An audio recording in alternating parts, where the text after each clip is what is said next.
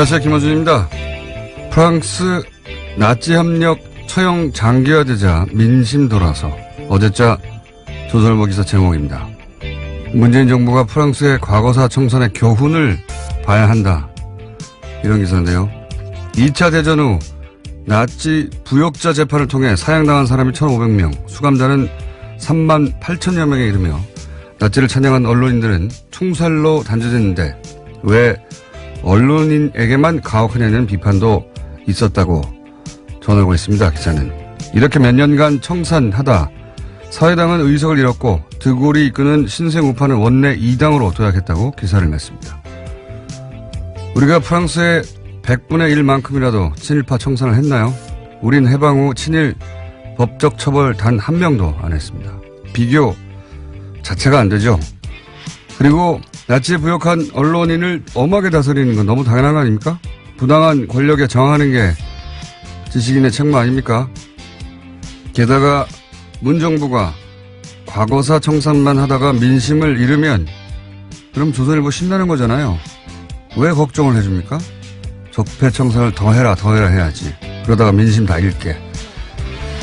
그냥 적폐청산 그만하자고 하세요. 조선일보는. 프랑스 끌고 와서 헛소리 하지 말고. 김원준 생각이었습니다.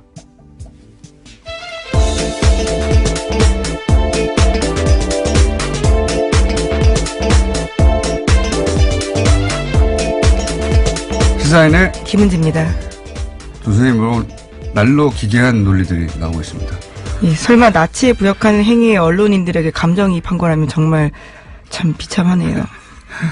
예. 굉장히 놀라운 기사였어요. 프랑스 과거사 청산이 이런 식으로 사례로 쓰이는 건 제가 처음 봤습니다. 자, 그때 프랑스식으로 예, 나치 부역 청산을 일제 청산을 우리가 했으면 조선일보 문 닫았죠. 자, 첫 번째 뉴스는요? 네, 다스는 누구 겁니까에 대한 드디어 일가 친척의 가족 이야기까지 나왔는데요. 이상은 다스 회장의 아들, 그러니까 이명박 전 대통령의 조카 이동영 씨가 다스는 이 전 대통령의 아들 이시영 거다라고 말하는 음성 파일이 나왔습니다. 어제 MBC가 보도했는데요. 이동영 씨는 다스 부사장이고 이시영 씨는 자기보다 직급이 낮은 전무입니다.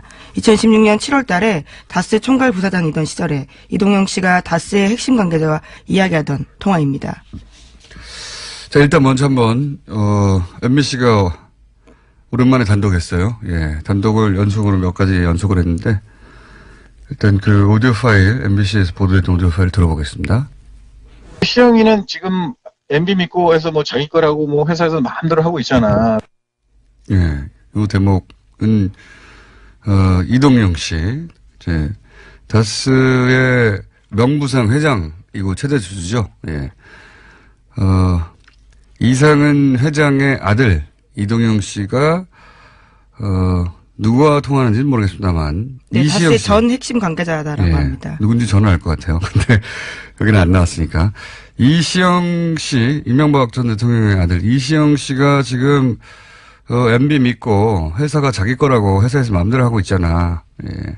그러니까 최대주주 회장의 아들이 하소연을 이런 게 한다는 게 말이 안 되는 거죠. 예, 심지어 부사장이었습니다. 뭐 그때도 그렇고요. 지금도 그렇습니다. 그러니까 아버지는 회장이고 자기는 총괄 부사장이었던 시절인데 이런 말을 이제 한다는 게 이게 말이 안 되는 거죠. 이재용 삼성 부회장이 주식이 하나도 없는 사람 때문에 그 사람이 삼성을 먹겠다고 마음대로 하면 그냥 두겠습니까? 그냥 회사에 쫓으면 끝나는 거지.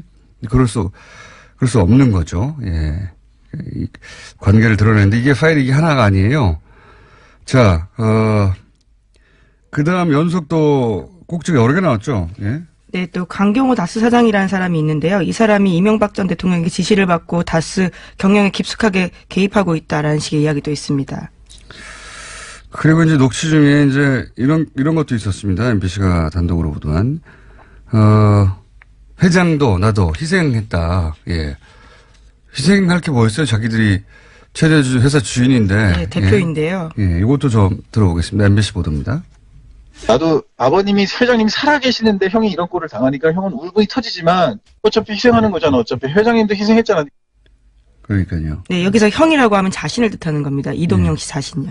그 이시영 씨 사촌 형이거든요. 나이로 따지면. 그러니까 본인 입장에서는 아들 입장에서는 아버지가 이제 이 문맥으로 보자면 바지 회장 노릇을 하는 게 그리고 자신도 그렇게 하고 있는 게 한탄스러운 거죠. 예. 네, 울분이 터진다, 가슴이 찢어진다라는 표현도 있습니다. 네, 아들 입장에서 이렇게 말할 수 있죠. 근데 이제 그 과정에서 자신들이 명부상 최대 주주인데 실제 주인이 아니라는 말인 거죠, 이게. 또 있습니다. 네, 이명박 전 대통령의 아들 이시영 씨가 다스를 접수했다라는 식의 언급도 계속해서 나오는데요. 이시영 씨를 지칭하는 듯하면서 자신을 해코지하려 한다라는 말도 있습니다. 이거 일단 들어보시겠습니다. 사촌 동생이 형을 해코지라고 형을 나가라 그래도 걘 내 사촌 내가 그 똑같은 놈을 되면 안 된다는 얘기야. 예, 요 얘기는 이제 본인 입장에서 보자면 그 이명박 전 대통령의 아들 이시영 씨는 사촌 동생이죠. 예, 사촌 동생이 형인 나한테 나가라고 해도 내가 똑같은 놈 되면 안 된다는 건데 내가 똑같은 놈이 되면 안 된다는 건 무슨 말인지 모르겠어요.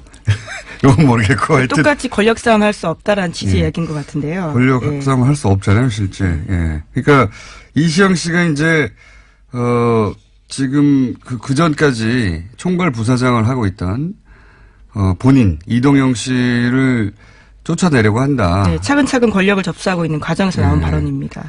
이동영 씨 주변 사람들도 정리를 했나 봐요. 예. 그러니까 그 전까지는 자기가 총괄 부사장이고 자기 사람들도 좀 있었는데 그 사람들을 다 정리하고 있다 보니까 이시영 씨가 회사를 장악하게 가는 과정에서 예. 그러다 보니까 이제 거기 불만을 토로하면서 동생이 나를 해코지하려고 한다. 네, 예. 상대방에게 하소연하고 있는 과정인 것 같은데 상대방도 해코지를 당할 수 있는 상황이기 때문에 너까지도 지켜줄 수 없다라는 취지의 얘기가 아닌가 짐작해봅니다. 그러니까 이런 사람도 사표 받으러 가고 저런 사람도 사표 받으러 한다. 그래서 뭐 밤잠을 못 자고 있다. 그러니까 실소유주 아들이니까 실소유주 아들이 이 회사 내 거 해가는 과정에서 불만을 토로하고 있는 이제 그 덕분에 저희는 최대 주주 회장님의 아들인데 실제로는 아무 힘이 없구나 하는 걸 알게 되는 녹취 파일의 내용을 MBC가 단독으로 몇 개를 연속 보도했습니다. 네. MBC의 폼이 돌아오고 있나요? 아직은 모르겠네요. 어쨌든 관련해서 가장 적나라한 단독 최근 다스 관련해서는 그렇습니다. 그리고 또 마침 또 이상한 회장의 아들 이동영 씨가 어제 검찰 출석을 했죠. 네, 다스 125호 관련해서 수사 중인 동부지검에서 피해자 신분으로 나갔습니다. 자신의 개인 비리 혐의까지 받고 있는데 납품업자한테 각종 리베이트 받았다라는 것까지 있습니다. 자, 들어가는 과정에서 기자들이 당연히 이제 다스 누구 겁니까? 물어봤어요. 여기에 대해서, 이동영 부사장의 답변 들어보시겠습니다. 그건 당연히 저희 아버님이 지분이 있으니까 저는 그렇게 생각하고 있고요. 네. 네, 공식적인 답은 다스는 이렇습니다. 누구 것이냐? 저희 아버님이 지분이 있으니까 전 그렇게 생각하고 있다는 건 아버님이 다스의 주인이라고 생각하고 있고 이런 말이죠. 예. 굉장히 이상한 답변이에요. 좀만 생각해보면. 왜냐면, 다스는 누구 겁니까? 아버지 겁니다. 이렇게 답변해야 되는 겁니다. 아버지 거면. 그런데, 아버지가 지분이 있으니까 저는 아버지 게 아닌가 생각하고 있어요. 이게 말이 되는 소리입니까? 조금만 생각해보면, 이제 본인의 이제 머릿속에, 그래도 지분이 있으니까 우리 아버지가 뭘 좀 행사해야지. 이렇게 생각하지만 실제로는 아니라는 걸 아니까, 여기에 대한 답변은 아버지 겁니다. 진짜로 아버지 거면. 이거죠. 아버지 거라고 저는 생각하고 있어요. 이 답변 자체가 아버지 게 아니라는 걸 드러내고 있는 거거든요. 이걸 짚어줘야 되는데, 안 짚어줘서, 제가 짚어드립니다. 자기 건데, 자기 거라고 생각하고 있어야는 이상한 답이잖아요. 내 겁니다. 아버지 겁니다. 라고 답변을 해야 되는 답변인데 그렇게 안 나온 거죠. 게다가 이건 지분이 있으니까 이건 변명이잖아요. 일종의. 예. 현재로서 최대 지분을 가지고 있습니다. 그러니까 거기 기대는 거죠. 지분이 있으니까 저는 아버지 거라고 생각해요. 이 말 자체가 지분이 있는데도 아버지 거로 아무도 인정을 안 해준다는 얘기죠. 예. 그게 드러난 답변입니다. 자, 예리하게 한번 짚어놓고. 자, 다음 순요. 네, 어제 김명수 대법원장이 입장문을 냈습니다. 법원 블랙리스트와 관련해서 계속해서 후폭풍이 있는데요. 김명수 대법원장은 조사 과정에서 나온 문건 내용은 대다수 사법부 구성원들이 상상하기 어려운 거다라고 인정했습니다. 그제 대법관 13명이 내놓은 입장과는 다소 다른 이야기인데 별도 기구를 구성해서 추가 조사에 나서는 등 법원 행정처 개혁하겠다라는 입장도 밝혔습니다. 요 사안은 저희가 이제 이정열 전 판사님을 3일째 모시고 이야기 잠깐 나눠볼 텐데 이게 지금 이제 김명수 대법원장은 어떻게든 법원 자체적으로 이 문제를 해결하려고 하는 것 같아요. 근데 이제 첫 번째 조사에 대해서, 사법부 내에서도 그리고 밖에서도 이것까지 되냐고 뭐 납득할 사람이 아무도 없죠. 조사 파일도 한계가 있고. 네, 다 열어보지도 못했습니다. 아주 그러니까요. 일부가 나온 거거든요. 그것도 폴더를 다 열어본 것도 아니잖아요. 예. 지금 그 파일을 확보하고 내용을 열어본 방식이 크게 3가지 검색을 해서 명단과, 그러니까, 명단, 그러니까 이 사람들이 걸려있지 않을까 싶은 명단, 그리고 2개가 뭐였죠? 이정일 판사한테. 키워드를 또 가지고 있는데. 이정일 판사한테 물어보기로 하죠. 그 3가지 축으로 검색을 해서 나오는 것만 한 거지, 폴더에 하나하나 들어간 게 아니에요. 예. 검찰의 수사를 맡긴다는 게 이제 입법, 사법, 행정 한 축인 사법부로서는 이게 이제 자존심도 상하고 나쁜 선례가 될까 생각하시는 것 같아요. 네, 더 이상 자존심의 문제가 아니고요. 행정부의 수장조차도 혐의가 있으면 검찰 조사를 받았습니다. 저는 사법부 통째로 검찰 수사를 받는다는 건 뭐 상상할 수 없는 일이니까 문제가 된 개별 판사들 몇 수 수사를 의뢰해야 하는 게 아닌가. 사법부 차원에서도 그렇게 생각이 드는데 제가 대법원장이 아니기 때문에 이 이야기는 잠시 후에 이정열 판사님과 이야기 나눠보겠습니다. 네, 그런데 검찰이 어제 관련된 고발 사건을 재배당하고 본격적인 수사에 나설 준비에 나섰는데요. 지난해 한 시민단체가 양승태 전 대법원장과 당시 법원행정처 간부들을 검찰에 고발한 바가 있습니다. 또 법원의 추가조사위원회가 판사들의 컴퓨터를 열어본 것을 문제 삼아서 자유한국당에서 김영수 대법원장 고발한 건도 있거든요. 이 건에 대해서 나눠져 있었는데요. 하나로 몰아서 정리한다고 어제 검찰이 발표했습니다. 적어도 그 양승태 전 대법원장과 이 파일을 작성한 사람들은 검찰에 고발해야 되는 게 아닌가. 개별적으로는 검찰이 그 사람들을 대상으로 해야 되는 게 아닌가 싶긴 한데 처음부터 끝까지 다 사법부 내에서 자체적으로 개혁하고 자체적으로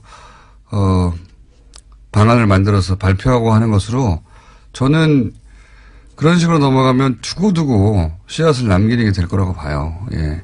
그렇게 해서는 안 된다고 보는데, 사법부가 뭐, 일개 부처가 아니다 보니까 쉽지 않은 결정인가 봅니다. 자, 다음 뉴스는요. 네, 관련해서 눈에 띄는 소식이 하나 더 있는데요. 대법원 추가조사위원회가 발표한 조사 결과 보고서 별지가 굉장히 화제입니다. 이 내용이 그대로 들어가 있기 때문인데요.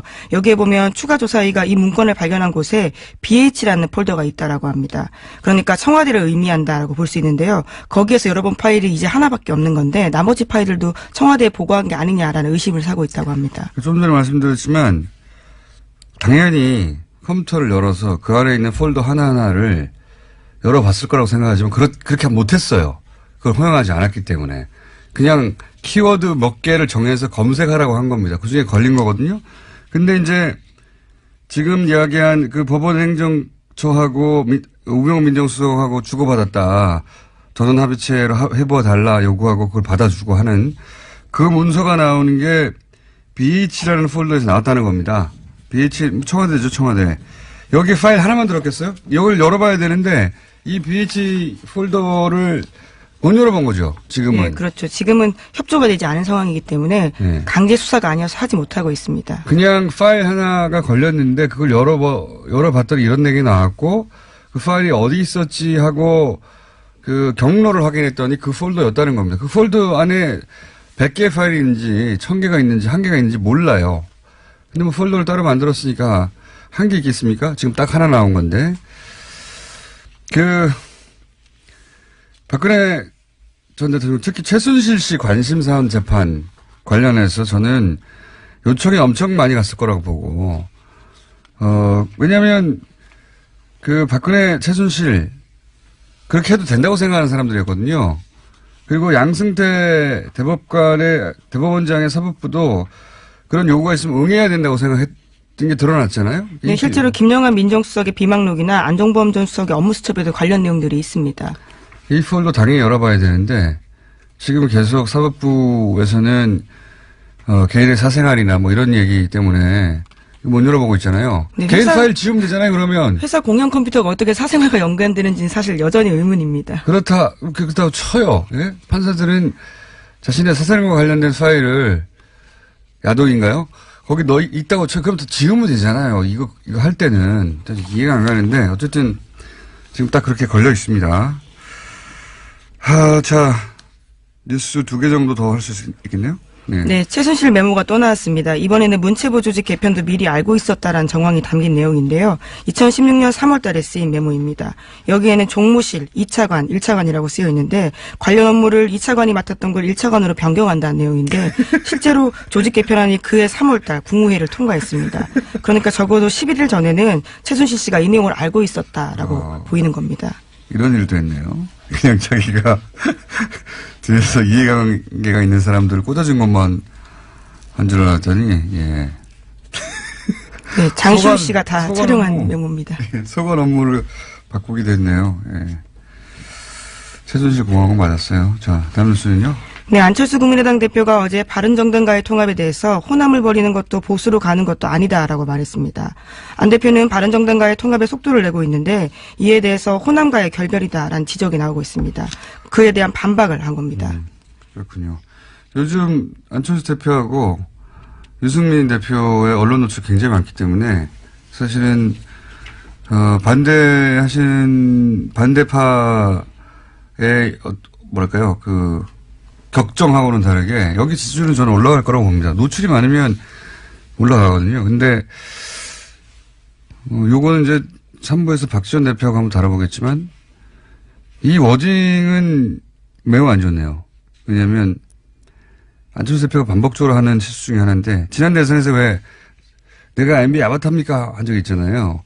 MB 아바타가 아니라는 걸 강조하기 위해서 말을 한 건데 사람들 기억에는 MB 아바타만 남거든요. 네, 지금까지도 인상적으로 남아있는 말입니다. 이 말도 사실은 마찬가지예요. 아마도 그렇게 공격을 받나 본데 호남을 버리고 보수로 간다 라고 공격을 받으니까 그게 아니라고 말한 거잖아요.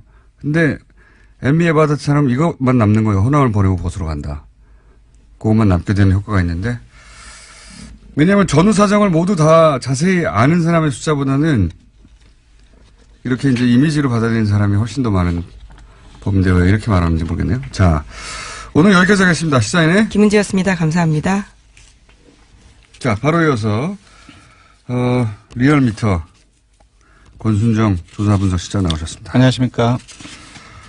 자, 여론조사 처음으로 50 숫자 찍혔네요. 예, 네, 처음으로 50%대로 물론 잠정 수치입니다. 저희들이 네.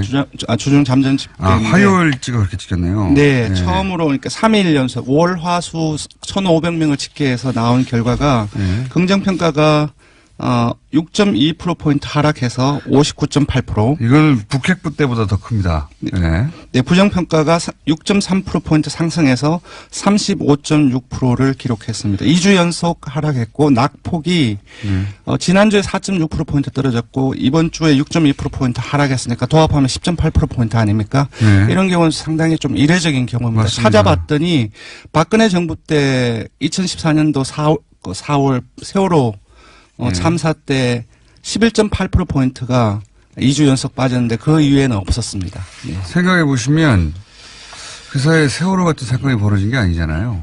그렇습니다. 네.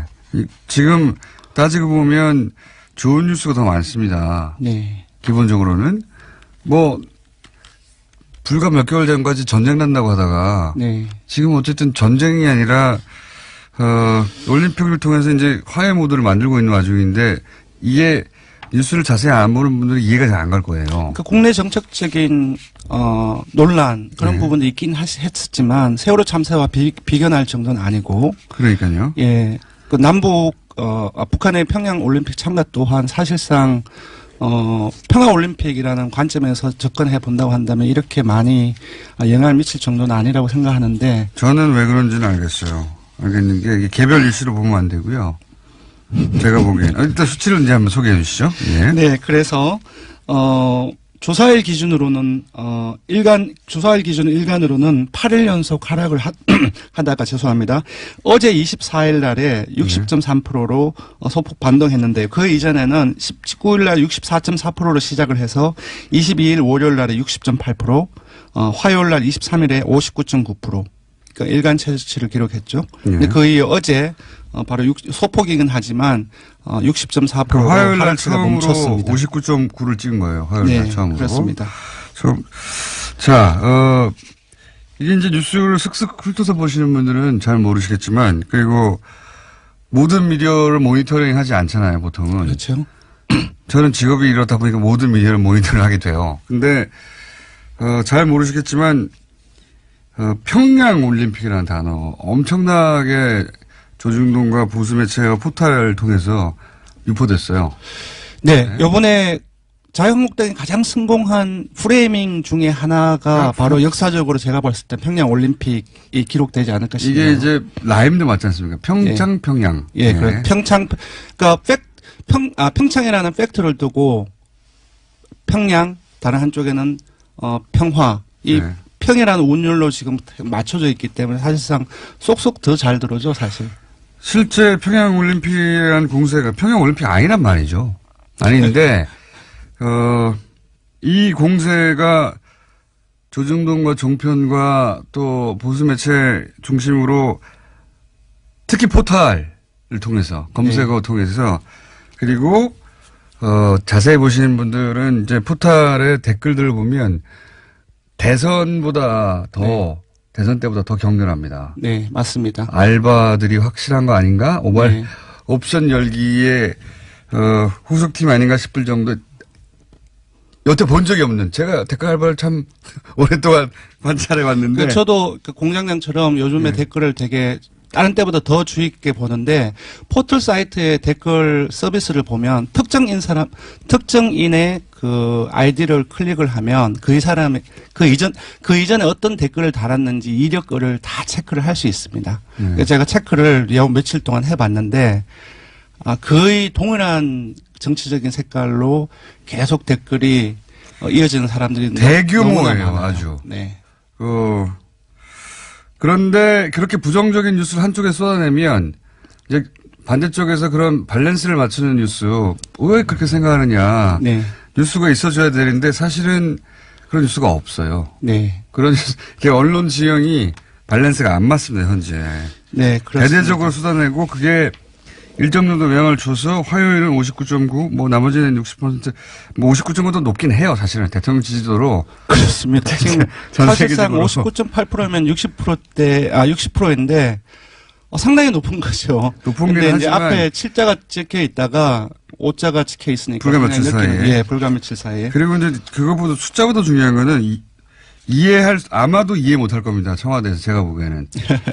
청와대에서는 뭔가 잘하고 있다고 생각이 들거든요. 잘 풀리고 있다. 네, 네. 드디어 불과 며칠 전까지 전쟁한다고 하다가 이제 올림픽을 통해서 그런 대화의 계기를 만들고 다 좋아지고 있는 것 같은데 왜 이렇게 폭락하지? 이해를 못할 거예요. 예, 청와대 같은 경우는 지난 21일 일요일부터 어제까지 4일 연속 대통령의 입을 빌어서 아니면 청와대 그 대변의 입을 빌든지가 4일 연속 평창 올림픽 협조 요청 발언을 했어요. 회의 자리든 아니면은 춘추관에서든. 보도가 잘 안 됩니다. 예, 이게 보도가 이제 거의 안 됐어요. 과거 같은 경우에는 이렇게 남북 단일팀이나 또는 뭐 이런 올림픽에 이렇게 참여한다. 대대적으로 이게 의미가 뭔지 설명을 해줬거든요.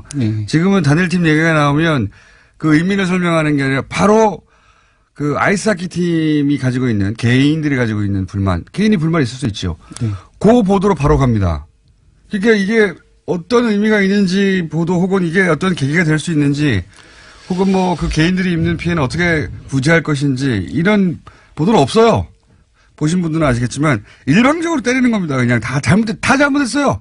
북한과 관련해가지고는 네, 그렇습니다. 그런 뉴스만 쏟아지지. 어쨌든 지난주까지는 아무래도 국내 정책적인 이슈 또한 많은 요인이 됐다고 보는데 이번 주의 6%포인트 하락 같은 경우는 아무래도 평양 올림픽 이 프레이밍 효과 그리고 그로부터 언론의 어떤 여러 가지 어떤 기사들 보도들 이 많은 그렇죠. 영향을 미친 것 같습니다. 기사뿐만 아니라 그 기사와 그 프레임이 특히 포털을 통해서 계속 반복적으로 최근 한 3주간 연속으로 예, 뭐 현송월 점검단을 두고서 뭐 KTX 특별 배차라든지 신호등 이렇게 자동적으로 가게 만다든지 그런 부분들이 너무나 그렇죠. 많이 현수원을 점검단이 왔는데 신호등 열어줬다고 그거 어찌나 비난을 하는지 예전에는 상상할 수 없었던 건 접근이거든요. 네. 어쨌든 이번 주 떨어진 것은 TK 대구 경북하고 보수층 그리고 어느 정당도 지지하지 않는 중도층. 회색 지대라고 할 수 있는 무당층에서 많이 빠졌습니다. 자, 그래서 처음으로 화요일 날 59.9를 찍었다. 네, 예. 그렇습니다. 다른 요일은 뭐 60을 간신히 넘긴 했는데 네. 모르겠습니다. 이런 식으로 일방적으로 그 올림픽 관련해서 특히 계속해서 공세가 이어지면 어떻게 될지 모르겠고. 자, 그러면 시간이 많이 지났네요. 정당 지지를 빨리 짚어주시죠. 예, 2주째 민주당과 정의당이 하락하고 야3당이 동반 상승했습니다. 잠깐 숫자만 불러드리겠습니다. 쭉 읽죠. 민주당이 46.1%로 하락해서 19대 대선 이후 최저치를 기록했습니다. 한국당은 2.9%포인트 상승해서 21%로 19대 대선 이후 처음으로 20% 선을 넘었었습니다. 효과를 보고 있는 거죠. 예, 국민의당은 7.0%로 상승했고요. 바른정당 역시 6.3%로 상승했습니다. 아까 말씀하셨던 여러 가지 보도가 그 통합 관련 보도가 많이 되면서 올라간 것을 보입니다. 정의당은 사진 많이 나오면 올라가요, 원래. 예, 정의당은 4.9%로 하락을 했고요. 잠재정당 지지도를 잠시 보면은 통합개혁신당이 12.7%로 2.8%포인트 상승했습니다. 사진 많이 나오니까 올라가네요. 예, 통합반대개혁신당은 조금 소폭 하락해서 3%를 기록했습니다. 조사계열을 말씀드리면요. 네. 이번 주중조사는 TBS 에러로 월요일부터 수요일까지 사흘 동안 19세 이상 5,009명을 대상으로 유무선 전화면접 자동응답 혼용 방식으로 실시를 했습니다. 포근오차는 95% 신뢰수준 플러스 마이너스 2.5%포인트, 응답률은 6.1%였습니다.